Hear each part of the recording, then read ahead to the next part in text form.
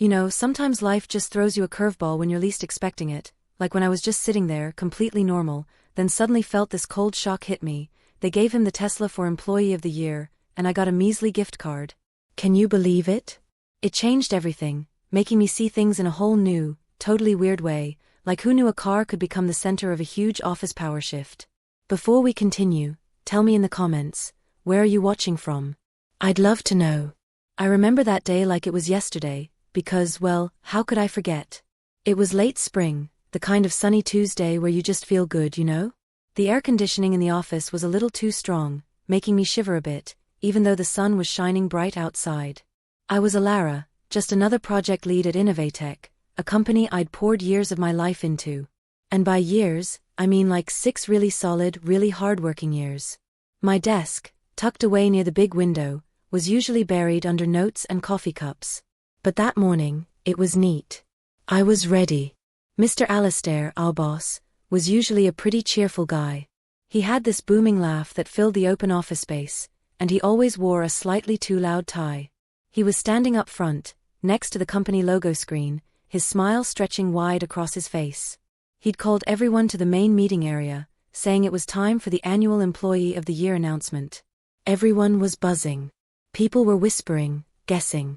I heard a few people say my name, which, I won't lie, made my chest feel a little warm. I mean, I'd really put in the hours, especially on that big client project last quarter. I stayed late, I came in early, I even worked weekends sometimes when deadlines were tight. I felt good about my contributions, really good. I knew I deserved it. Then Mr. Alistair cleared his throat, a big dramatic sound. "All right everyone," he said, his voice echoing a bit in the large room. "This year's award goes to someone who truly embodies innovation, dedication, and forward-thinking spirit." My gaze flickered to Bryce, who sat a few rows ahead of me. Bryce was, well, Bryce. He was charming, he was loud, he always had a good story, and he was really good at talking himself up. His projects, in my humble opinion, were often flashy but not always as deeply impactful as mine. Still, he was popular. People liked him. He had this way of making everyone feel like they were part of his success, even if they weren't. Mr. Alistair paused, building the suspense. I could feel my own breath holding, my shoulders tense. "And this year's Employee of the Year is Bryce Lawson." A cheer erupted. Clapping, whistling. Bryce stood up, a huge triumphant grin on his face, practically preening. My hands, which had been clasped tightly, felt suddenly empty. A cold feeling spread through me, like someone had opened a freezer door right next to me. Bryce made his way to the front, shaking Mr. Alistair's hand, practically bouncing with excitement. Then Mr. Alistair pulled out a set of keys, shiny and new. "And Bryce," he announced, "as a special thank you for your incredible work in the product innovation department, we're thrilled to present you with a brand new company Tesla. Fully loaded, of course." The cheers got even louder. Someone even yelled, "Way to go, Bryce." Bryce held up the keys, sparkling in the overhead lights. He practically glowed. And me? My heart just sank. A Tesla. A whole car. For him. Then Mr. Alistair, almost as an afterthought, gestured to a small table beside him. "And for all of our other fantastic team members," he said, his voice a little softer, "we have these little tokens of our appreciation." He gestured to a stack of small plain envelopes. A junior HR assistant started handing them out. When my turn came, the assistant, a sweet girl named Chloe, handed me a small white envelope with a sympathetic half-smile. I opened it slowly. Inside, plain as day, was a $100 gift card to a chain coffee shop. $100. For 6 years of hard work. For the same Employee of the Year event where Bryce got a Tesla. The humiliation hit me hard. It wasn't just the money, you know? It was the sheer, blatant difference. A Tesla versus a $100 coffee card. It felt like a slap in the face. Like my entire contribution, my dedication, my actual results, were worth barely anything compared to Bryce's flashy presentations and charming talk. My face felt hot, even though the office was still chilly. I looked around. Most people were still congratulating Bryce, admiring the Tesla keys he was now dangling. Nobody noticed the sting in my eyes, or the way my fingers trembled slightly around the gift card. I walked back to my desk, moving like I was underwater. I put the gift card down. It felt heavy, a symbol of how little I was valued. I stared out the window, at the bright spring day that now felt gray and dull. My dad's voice, from years ago, popped into my head. Elara, he used to say, some people shout their worth, others show it quietly. But the quiet ones, they can often move mountains without anyone even noticing until it's done.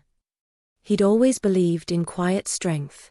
He taught me to observe, to think, not just react. And then, something clicked. I remembered something else too. Years ago when I first joined Innovatech, part of my compensation package included pretty decent employee stock options. I'd always just let them sit there growing, not really paying much attention. I knew I had a good chunk, a solid investment, but I never really thought about what they meant in terms of actual power. I just thought of them as my future retirement fund. But now, a different thought started to form. A quiet, insistent whisper in the back of my mind. What if those shares weren't just about money for retirement? What if they were about something more immediate? Something strategic? I opened a new browser tab and started looking up the company's internal structure, specifically how departments were funded and managed. My fingers, instead of trembling with hurt, now tapped with a strange new energy. This wasn't about anger anymore. This was about making a point. A very, very quiet point. That night, sleep didn't come easy. The image of Bryce, keys in hand, Tesla gleaming, kept replaying in my mind, followed by the flimsy $100 gift card in my own hand. But with each replay, the humiliation started to morph into something else. Determination. My dad's words echoed again, move mountains without anyone even noticing. I started thinking, really thinking about those shares. How many did I actually have? What did that really mean for my position within Innovatech? The next morning, I pulled up my HR and financial records. Turns out, I had a significant number of shares, accumulated over 6 years, with some solid growth. It wasn't millions, not yet, but it was enough to make me pause. I wasn't a millionaire from just those, no. But they were a substantial chunk of the company's employee stock pool. More than I had ever actively thought about. I started doing research, quiet research, after hours at home, away from prying eyes. I read up on corporate law, internal acquisitions, shareholder rights. It was dense stuff, a lot of jargon, but I pushed through it. I learned about how a significant shareholder, even if they're still an employee, can exert influence, especially over specific departments. I realized my shares, combined with a portion of my savings, could potentially give me a real, tangible voice. Not just a voice, but a power. And then a wild, almost unbelievable idea sparked. What if I could use these shares to gain control of a department? Specifically, Bryce's department, product innovation. It wasn't about being petty, not really. It was about showing Mr. Alastair and Bryce, that value isn't just about flashy presentations and charming smiles. It's about results, about quiet dedication, and sometimes about quiet, strategic power. I needed help. Not from anyone at work, no way. This had to be completely under wraps. I remembered an old university mentor, Professor Davies, who had retired from teaching business law. He was a straight shooter, super smart, and totally discreet. I called him, pretending it was a general inquiry about financial planning and internal company growth opportunities. He was happy to chat. So Elara, he said, his voice raspy over the phone, you're sitting on a nice little nest egg, it sounds like. Good for you. Most folks just let those shares sit. But you're thinking bigger, aren't you? I hesitated. Maybe a little, Professor. I'm just trying to understand how someone, hypothetically, could really leverage their position as a significant shareholder within a larger company structure. He chuckled. Ah, the art of the quiet takeover. Very interesting. Well, a large enough stake can give you a lot of say, especially in how specific departments are managed. If a department isn't meeting certain financial targets, or if its strategic direction is, shall we say, misaligned, a shareholder with enough backing could propose an internal restructuring, or even a buyout of that department's operational control. Even if they're still an employee? I asked, trying to keep my voice casual. Oh, absolutely. It's all about the shares, dear girl. Ownership. Who owns the chunk of the pie that gives them the most voting power when it comes to specific budgetary or operational decisions? You'd need a compelling business case, of course. Show how your proposed changes would improve profitability or efficiency. But yes, it's very much possible. That conversation solidified my resolve. I spent weeks doing deep dives into Innovateca's quarterly reports, especially focusing on the product innovation department. What I found was interesting. While Bryce was great at presenting, the department itself had missed a few key innovation targets recently. Their expenses were a little higher than average for their output, and some of their project timelines had slipped. Nothing catastrophic, but enough to make a solid business case for restructuring or optimizing. I started quietly contacting a financial advisor, again, through Professor Davies's network, someone completely outside Innovatec. I told him I wanted to understand how to maximize the value of my company shares and potentially use them for a strategic internal investment. I began very subtly, to purchase more shares on the open market using a portion of my carefully saved personal funds. It wasn't a huge amount, but it topped up my existing pool nicely, strengthening my position. Meanwhile, Bryce was practically living in his new company Tesla. He'd park it in the most prominent spot in the parking lot, and you could hear him talking about it, loud enough for everyone to hear, usually right outside my cubicle.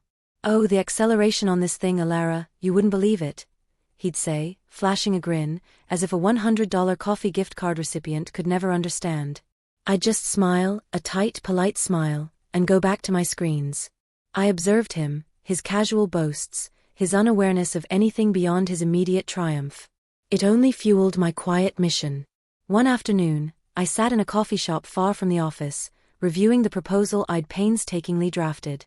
It outlined a complete restructuring of the product innovation department, focusing on efficiency, measurable output, and a clear return on investment. It showed how my existing shares, coupled with a strategic investment, could give me a controlling stake in the department's operations, effectively buying out its current management structure. It was cold, hard business logic, devoid of emotion, exactly what the board would want to see.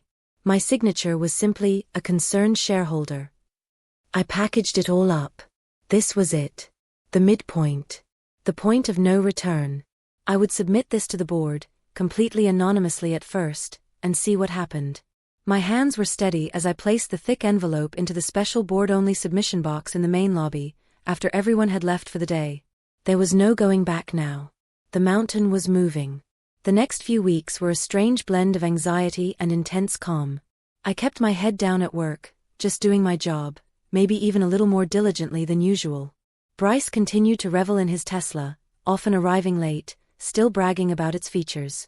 Mr. Alastair seemed oblivious, just busy with his usual big-picture meetings. I, meanwhile, was tracking the board's meeting schedule, waiting for any sign that my anonymous proposal had been reviewed. Then, an email arrived.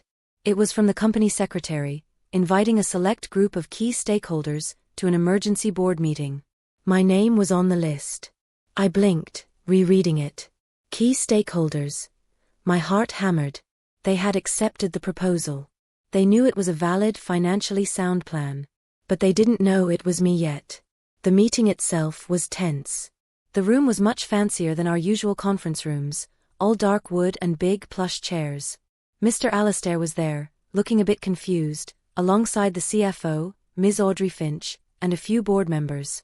I sat quietly, on the edge of the room, observing. Ms. Finch cleared her throat. As you all know, the Product Innovation Department has been underperforming in certain key metrics recently. She gestured to a slide with graphs showing the very data I had used in my proposal.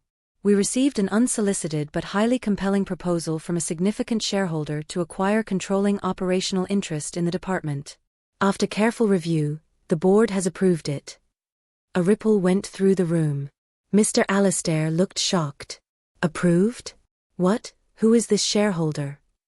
Ms. Finch gave a tight smile. That, Mr. Alastair, is why you're here. The shareholder wished to remain anonymous until this stage, but it's time for the formal introduction. Effective immediately, the Product Innovation Department will be restructured under new leadership. She looked directly at me. Ilara Vance, please come forward. My name, echoing in that fancy room, felt like a jolt. All eyes snapped to me. Mr. Alastair's jaw dropped. Bryce, who had somehow snuck into the meeting, probably curious about the emergency talk, went pale. He hadn't expected to be there, but he was. He was just across the room, watching the scene unfold. I walked to the front of the room, my legs feeling strangely steady. I didn't say anything, just stood there, meeting their gazes. Ms. Finch continued, her voice firm. Elara has meticulously outlined a plan to revitalize the department, leveraging her deep understanding of our core products and market needs. Her investment, combined with her existing shareholding, now gives her a controlling stake in the department's operational budget and strategic direction. Mr. Alastair finally found his voice. Elara? But, she's a project lead. And Bryce?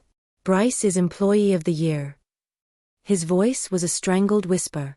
I looked at him, then at Bryce. This was it. The moment. Yes, Mr. Alastair, I said, my voice calm, much calmer than I felt inside. I am. And yes, Bryce received the Employee of the Year award. I paused, letting that sink in. However, the company Tesla awarded to Bryce was a departmental asset, provided for the Employee of the Year in the Product Innovation Department, to facilitate his work and acknowledge his contribution to that specific team. I looked at Bryce, whose face was now a mask of confusion and dawning horror. Since I now control the operational assets and strategic direction of the Product Innovation Department, that Tesla, being a departmental asset, falls under my purview. The silence that followed was deafening. You could almost hear the click in Bryce's mind as he connected the dots.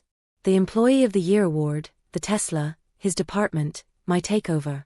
The car keys he'd been so proudly dangling. They were no longer his. What are you saying? Bryce finally managed, his voice barely a squeak. I'm saying, I replied, looking directly at him, that the car keys for that Tesla are now, effectively mine. The vehicle is a company asset tied to the department, and I am the new departmental head, with full control over its assets. You are welcome to submit a request to use it for specific company-related travel, Bryce, but its allocation and usage will now be at my discretion. Bryce stood there, completely stunned, his mouth slightly open. Mr. Alastair looked like he'd been hit by a truck. The board members, however, had a look of cold, calculating approval. They saw the business move, the strategic play. They respected it. In the days that followed, the office was buzzing with an entirely different kind of energy. Bryce was reassigned to a different, much smaller project, far away from the Product Innovation Department. Mr. Alastair, humbled and somewhat bewildered, had to report to a steering committee that, in essence, I now effectively influenced. I took the keys to the Tesla that afternoon. They felt different in my hand than they had in Bryce's, not a symbol of flashy status, but of quiet, earned power. It wasn't about revenge in the petty sense. It was about proving my worth, about showing that true value isn't always recognized in loud announcements, but can be quietly built, strategically deployed.